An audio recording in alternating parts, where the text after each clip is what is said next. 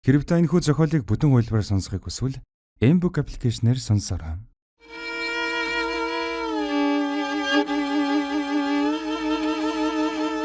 Аудио үзүүлж байна. Хэрэв та бэлэн бол чихвч эзэн.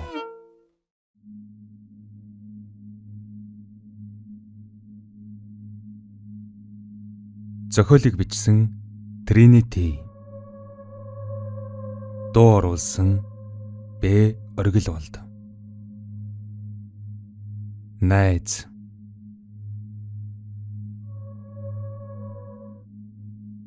Дугаар хэсэг. Саруул хэдий биеийн хичээл дээрэн сууж угаач ухаан санаа нь огт өөр газраар хэрэн тэнүүжлэнэ. Бодит амьдрал дээр найз хулн нь өгсөн чиглэн түүнд гомдоод байна. Өгсөн хүний хойноос харамсан гашууддаг л гэж боддог байснаас биш ингээд гомдож сууж бас болдог гэж огтхонч төсөөлж байсангүй. Тийм ээ. Гомдохгүй байх энэ ч арга алга. Хуланг амьд байх үед нь түүнтэй бүх зүйлийн харамгүй хуваалцдаг байсан нь үнэн. Хүнд хэцүү байдалд орох үеуд нь дандаа хамт байж аль болох тусалж дэмжихийг хичээдэг байсан шүү дээ. Тийм байтал хулан эсвэл түүний сүнсгийх ёстой ч юм уу тэр зүйл өөрийг нь тайван орхихгүй зовоогоод байна. Зүүдэнд нь хүртэл дураараа нэвтэрч ороод өөрийг нь айлган зовоож өөрт нь байгаа бүхнийг авах гэж шунаад байх шиг. Энэ байдал нь даамжирч бүр хамгаас хайртай аавыг нь хүртэл өөрөөс нь холдоход хүрэж өглөө. Тийм ээ. Саруулын хуланд гомдож буй хамгийн гол шалтгаан чухам энд л байна. Өдөш болжээ. Саруул ээжийнхэн өгсөн дугтуутай мөнгийг адгасаар хулангийн гэрлүү зүглэн алгана. Магадгүй энэ буйны мөнгийг аав ээжт нь аваачаад өгчих юм бол хулангийн сүнс өөрийг нь тайван орхичих юм билүү гэсэн нэгэн горидлагын бодол дотор нь эргэлдэнэ. Найз хулангаас нь үлдсэн тэр зүйл аавыг нь өөрөөс нь холдуулаад байгааг ахин дахин бодох тусам гомдол нь уул овоо болон томорно.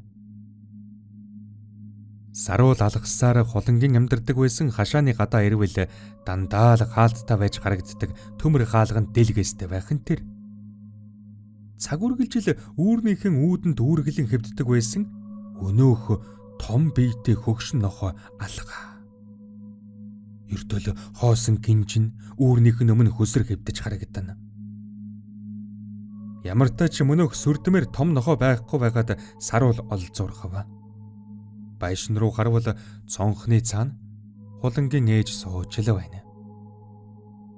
Хулангийн ээж өнөөх л янзаараа гадагширтэн оюун ухаан хаа нэгтэн тэнүүжлэн яваа айтай. Тэрээр Саруулыг бараг цонхны өмнө тулж ирсэн хойно гинтэн анзаараа болтой хүнийг тогтож харснаа суудал дээрийн займчин хөдөлж гараараа дохин дуудлаа. Саруул нэг санаа алдчихад байшинд явж оров. Байшинд хулангийн ээжээс өрхөн хинч алга.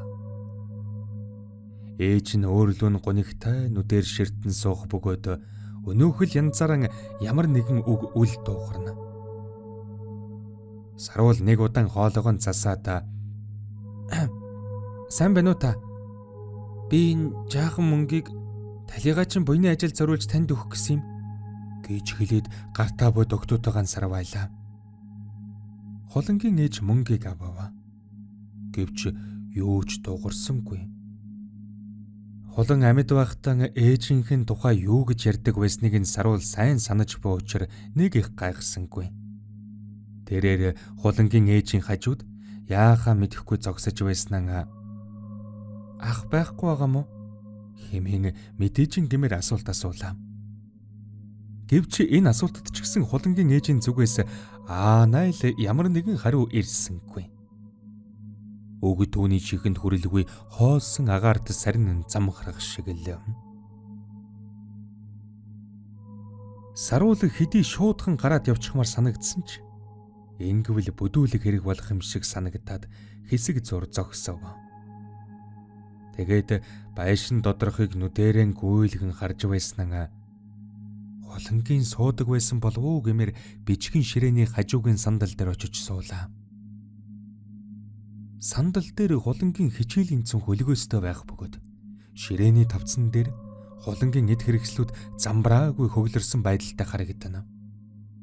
Саруул нүдэндээ өрдсөн нэгэн тэмдэглэлийн дэвтрийг сөхвөл завсраас нь хэд хэдэн фото зураг гулсан унахан тэр. Хулангийн амьд агуудан өөртөө нь хамт авахулж байсан гэрэл зургууд. Өөр хинч байхгүй зөвхөн Саруул хулан хоёр янз янзын өнцгөөс даруулсан селфи хийсэн 5-6 ширхэг гэрэл зураг. Саруул эдгээр гэрэл зургууд дээр харц тогтсноо гинтхэн цочих мэт боллоо. Зурган дээр байх хоёр хүний толгойг хайчилж аваад хооронд нь солиод наачгаж. Тийм ээ. Саруулын бие дээр хулангийн толгой, харин хулангийн бие дээр саруулын толгой байна. Саруул өөрийн ирэхгүй айгуу цайд явчихлаа. Тэрээр зургийг байсан байранд нь буцааж тавиад шалгуухан шиг өндиж үүдрүү зөглөлээ. Гэтэл аль түрүүнээс хойш чимээгүй суусар байсан хулангийн ээж "Ох минь битгий яв. Энэ дүлд" хэмээн аргасан хоолойгоор хэлхэн тэр. Хулангийн ээжийн дууны өнгө ийм байдаг байхны хэмээн бодож амжсан Саруул зогдусан эргэж харлаа. Хулангийн ээж өөрөлөө нь айдас хургасан гонигтай нүдээр ширтэнэ. Тэгснэн тэрээр үргэлжлүүлэн "Хулан ирээд явсан. Тэр ирээд нохоогоо аваад явчихсан. Чамайг энд байх хэрэгтэй гэсэн. Өнөөдөр энд хоноороо гэсэн шүү" хэмээн чичгэнсэн хоолойгоор хэллээ. Үгүй Саруулд хэлэх үг байсангүй. Хулангийн амьд агуудаа нэгэнтэн өөрт нь хэлж байсан "манай ээж сүн сардаг" гэж байсан үгс нь чихэнд нь дахин нэг удаа сонсогдох шиг болжээ. Саруул яахаа мэдэхгүй жижигнэн байснаа хоёр гарынхан алгаар газраа даран толгойг нь сэгсэрч тэгсний шалгуухан шиг эргэн байшингаас гарлаа. Араас нь хулангийн ээжийн "Ах минь буцаад ир. Явж болохгүй гээх хахир хоолой сонсогдоход тэрээр эргэж харахаа санж жиирхэн хурдлан гуйлаа. Гадаа гэгээ тасарчээ. Хулан өөрөөс нь чухам юу хүсэж байгаа төсөөлөн бодоход хөлдөө загас залгичихгүй гэлтэн голоор нь хүүт оргиод өнгөрнө. Одоо эргээд бодоход хулан ерөөсөө л бүхий л эд эсэрэн өөрийнх нь оронд оршин байхыг хүссэн юм шиг санагдана. Хүн өөр бусад хэн нэгэнтэн адилхан амьдралаар амьдрахыг хүсэж болно. Мэдээж энэ бол зүүн хэрэг. Гэвч тухайн хүнээ бүрэн үгүйсгээд өөрийнх нь түүнийхээ оронд аваачиж тавина гэдэг сайн сайхан хэрэг ерөөсөө ч биш. Энд чинь цаад хүнийхэн оршихуйг шууд үгүйсгсэн занал хийлж байгаа хэрэг шүү дээ. Айдас гонигт дарагдсан Саруул гэрэл муутай бүүдгэрхэн гудамжаар ажуухан алгасаар. Хэдий гэрлүүгэн зөвлөж явж ингээд шуудхан яваад очих хүсэл байсангүй. Зүгээр л өөрөө өөртөөгөн хэсэг зур байж бодлон зэгцэлмээр санагдана. Тэгээд тэр алхаж байсан чиглэлээсээ зүг буруулан өмнө нь хизээж орж байгаагүй гудамж руу эргэлээ. Хөл хөдлөгөн цөөнтэй нарийн гудамж. Энэ гудамжны цаад үзүүр хүртэл алхахад цаагуур нь бүдэн тойрч гэрлүүгэн илүү хол замаар явж хүрэхээр шийдэв.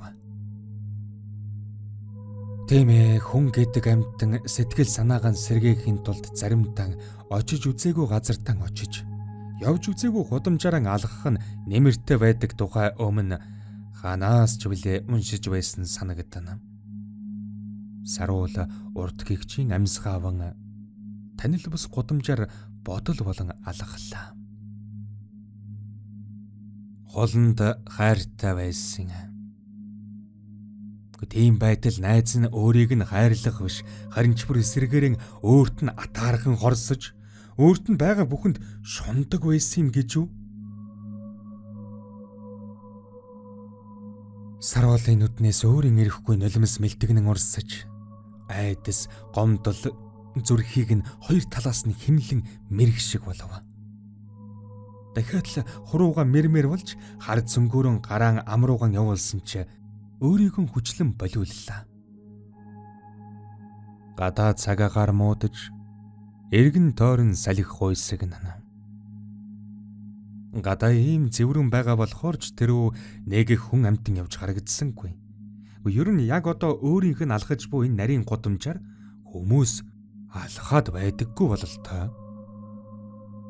Эргэн тойронд нь гэрэлгэг эмуутай, орхигдож гээгдсэн гэлдэн хэдэн тоосхон гараж. Өмнө нь ямар нэгэн агуулгахаар ашиглаж байсан болов уу гэмээр ямар ч цонхгүй том цагаан байшин л харагдана. Энэ хавьд хүн амьдардаг шинж байхгүй байгаа нь магадгүй газар чөлөөлөлт хийгдснэх бололтой. Шинээр орон сууцны хороол барих болоод л энд амьдардаг байсан хүмүүсийг өөр тийш нь нүүлгсэн байж таарах нь. Хотын хүн ам унширхын хэрээр гаас агуул нэг иймэрхүү ажил явагдаж байгаа. Саруул энэхүү хөнгүй эмх замбраа муутай гудамжаар алхаж байгаагаас болоод ч тэрүү сэтгэл санаа нь дээрдэх биш харин ч бүр илүү тухгүйтэй тэрлээ. Нүдэнд үл үзэгдэх ямар нэгэн зүн сувнгийн толгон болгоомжтой хэмээн чигэнд нь шивнэх шиг. Үүнтэй зэрэгцээд хойно нь хөлийн чимээ гарах шиг болоход саруул зог тусаад аажимхан эргэж гарлаа. Өөрөөс нь 30-аад алхмын зайд гудамжны гэрэл муутай бараан хэсэгт хэн нэгэн хүн гитэх мэт алхаж байна. Тэр итгэхэд саруулыг өөрлөө нь харахтаа зэрэгцээд алхахын зогсоод таг дуран зогсчихлоо.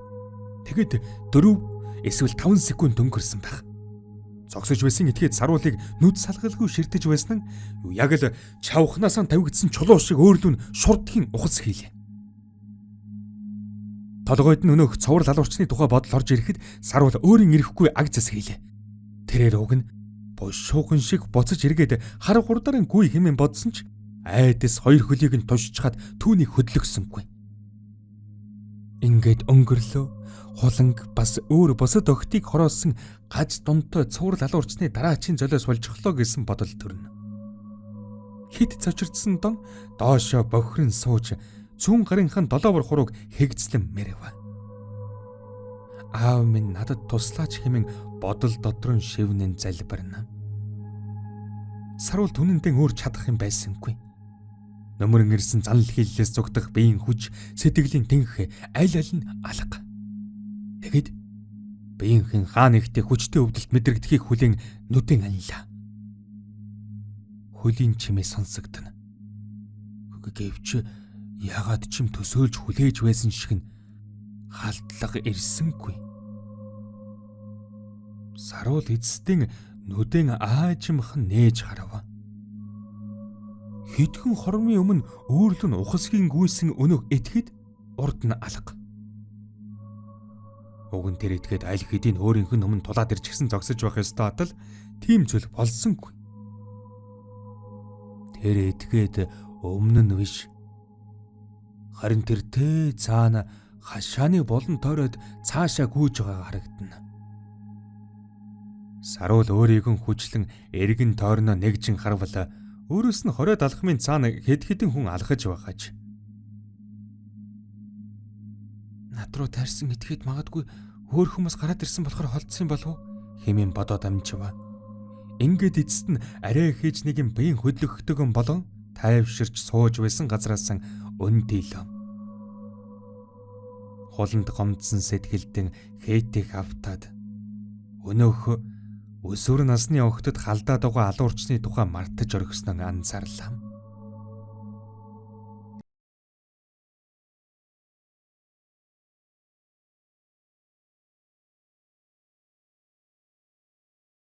Хэрвээ та энэхүү зохиолыг бүтэн хувилбараар сонсохыг хүсвэл Mbook аппликейшнээр сонсоорой.